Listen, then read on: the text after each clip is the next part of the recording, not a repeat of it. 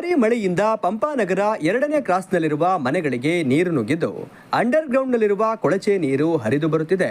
ಮನೆಗಳಿಗೆ ನೀರು ತುಂಬಿಕೊಂಡು ಮನೆಯ ವಸ್ತುಗಳಿಗೆ ಹಾನಿಯಾಗಿ ಜೀವನ ನಡೆಸುವುದು ತುಂಬಾ ಕಷ್ಟಕರವಾಗಿದೆ. ಕಳೆದ ವರ್ಷವೂ ಕೂಡ ಮನವಿ ಸಲ್ಲಿಸಲಾಗಿತ್ತು. ಆದರೆ ಈವರೆಗೂ ಈ ಅವ್ಯವಸ್ಥೆಯನ್ನ ಸರಿಪಡಿಸಿಲ್ಲ.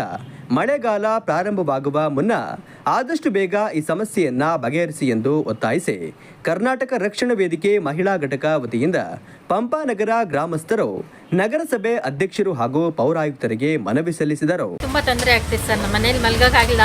ಮಕ್ಕಳು ಸಣ್ಣ ಸಣ್ಣ ಮಕ್ಕಳು ಎಲ್ಲ ತೊಂದರೆ ತುಂಬಾ ಆಗಿದೆ. ಸ್ವಲ್ಪ ರಿಕ್ವೆಸ್ಟ್ ಮಾಡ್ತೀವಿ, ಮಾಡಿ ಕೊಡಿಸಿ ಬೇಗ. ನೋಡಿ ಮಳೆ ಶುರು ಆಗಿತ್ತು ಇವಾಗ. ಮಲಗೆಲ್ಲ ರಾತ್ರಿ ಎಲ್ಲ ನಾವು ಬೇರೆ ಮನೆಯಲ್ಲಿ ಮಲಗಿರೋದು. ಚರಂಡಿ ಉಕ್ಕಿ ಒಳಗೆ ಬರುತ್ತಾ? ಚರಂಡಿ ಉಕ್ಕಿ ಮೇಲೆ ಬಂದು ಮನೆಯಲ್ಲಿ ನುಗ್ಗಿರೋದು. ಈ ಸರಿನೂ ಹೋದ್ ಸರಿನೂ ಹಂಗೆ ಆಗಿದ್ದು, ಮಾಡಿಸೇ ಕೊಟ್ಟಿಲ್ಲ. ಹೋದ್ ಸರಿನೂ ಸೇಮ್ ನೀರು ಮಾಡಲಿಲ್ಲ. ನಾವೇ ಅದು ಬಾಕ್ಲಲ್ಲಿ ಇಟ್ಟಿಗೆ ಎಲ್ಲ ಇಟ್ಟು ಉದ್ದ ಮಾಡ್ಕೊಂಡಿದ್ದು ಮತ್ತೆ ನುಗ್ಗಿದ್ದೆ ನೀರು.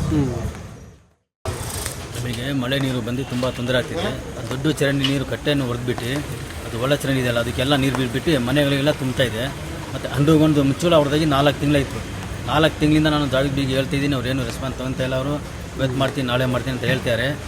ಲಾಸ್ಟಿಗೆ ಯಾರೂ ರೆಸ್ಪಾನ್ಸ್ ಮಾಡ್ತಿಲ್ಲ ಅಂತೇಳಿ ನಾವು ಇವತ್ತು ಕರ್ನಾಟಕ ರಕ್ಷಣಾ ವೇದಿಕೆ ನಮ್ಮ ಅಧ್ಯಕ್ಷರಾದ ನಮ್ಮ ಪೂರ್ಣಿಮಾ ಅವ್ರ ಮೇಡಮಿಂದ ಜೊತೆಲಿ ಬಂದಿದ್ದೀವಿ. ನಾವು ಇವತ್ತು ಅವರಿಗೆ ಮನವಿಯನ್ನು ಕೊಟ್ಟಿದ್ದೀವಿ. ಅವ್ರು ನಾಳೆ ಕಳಿಸ್ಕೊಡ್ತೀನಿ ಅಂತ ಹೇಳ್ತಾರೆ.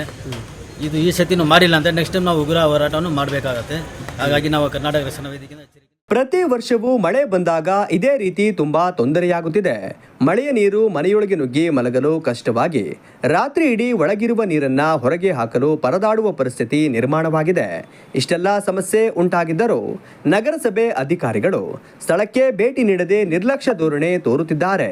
ಇದನ್ನ ತೀವ್ರವಾಗಿ ಖಂಡಿಸುತ್ತೇವೆ ಎಂದು ಕರ್ನಾಟಕ ರಕ್ಷಣಾ ವೇದಿಕೆ ಮಹಿಳಾ ಘಟಕ ಜಿಲ್ಲಾಧ್ಯಕ್ಷರಾದ ಪೂರ್ಣಿಮಾ ಅವರು ಆಕ್ರೋಶ ವ್ಯಕ್ತಪಡಿಸಿದ್ದಾರೆ.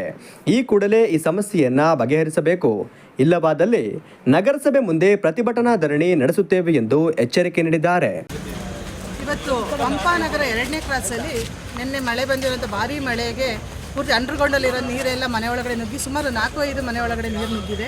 ಪಾಪ ಅವರಿಗೆ ಒಳಗಡೆ ಮಲ್ಕೊಳ್ಳಿಕ್ಕೂ ಕೂಡ ಆಗಿಲ್ಲ. ಆ ರೀತಿಯಲ್ಲಿ ಸಮಸ್ಯೆಗಳಾಗಿದೆ. ಇದು ಬರೀ ನಿನ್ನೆ ಸಮಸ್ಯೆ ಅಲ್ಲ, ಪ್ರತಿ ಬಾರಿಯೂ ಕೂಡ ಮಳೆ ಬಂದಾಗ ಇದೇ ಸಮಸ್ಯೆಗಳು ಕಾಡ್ತಾ ಇದೆ.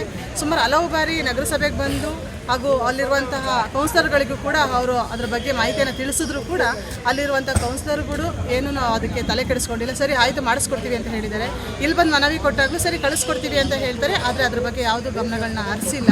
ನಿನ್ನೆ ಬಂದಂತಹ ಮಳೆಗೆ ಪಾಪ ಸುಮಾರು 4-5 ಮನೆಗಳಿಗೆ ನೀರು ನುಗ್ಗಿ ಇರುವಂಥ ಎಲ್ಲ ವಸ್ತುಗಳು ಸೆಲ್ಲಪಿಲಿಯಾಗಿದೆ. ರಾತ್ರಿ ಕೂಡ ಅವ್ರ ಮನೇಲಿ ಮಲಗಕ್ಕಾಗ್ದಲೇ ಬೇರೆ ಅವರ ಸಂಬಂಧಿಕರ ಮನೆಯಲ್ಲಿ ಹೋಗಿ ಅವರು ತಂಗಿದ್ದಾರೆ. ಈ ಕಾರಣವನ್ನು ಇವತ್ತು ನಾವು ಕರ್ನಾಟಕ ರಕ್ಷಣಾ ವೇದಿಕೆ ವತಿಯಿಂದ ಕಮಿಷನರ್ ಹತ್ರ ಬಂದ್ಬಿಟ್ಟು ಇವತ್ತು ಮಾತಾಡಿದ್ವಿ. ಮನವಿ ಸಲ್ಲಿಸುವ ಸಂದರ್ಭದಲ್ಲಿ ದಶರಥ್ ರಾಜ್, ಲತಾ, ರತ್ನಾಬಾಯಿ, ಸ್ಥಳೀಯರಾದ ಅಲ್ಲಾಬಾಷ್, ಕಮಲಮ್ಮ ಉಪಸ್ಥಿತರಿದ್ದರು.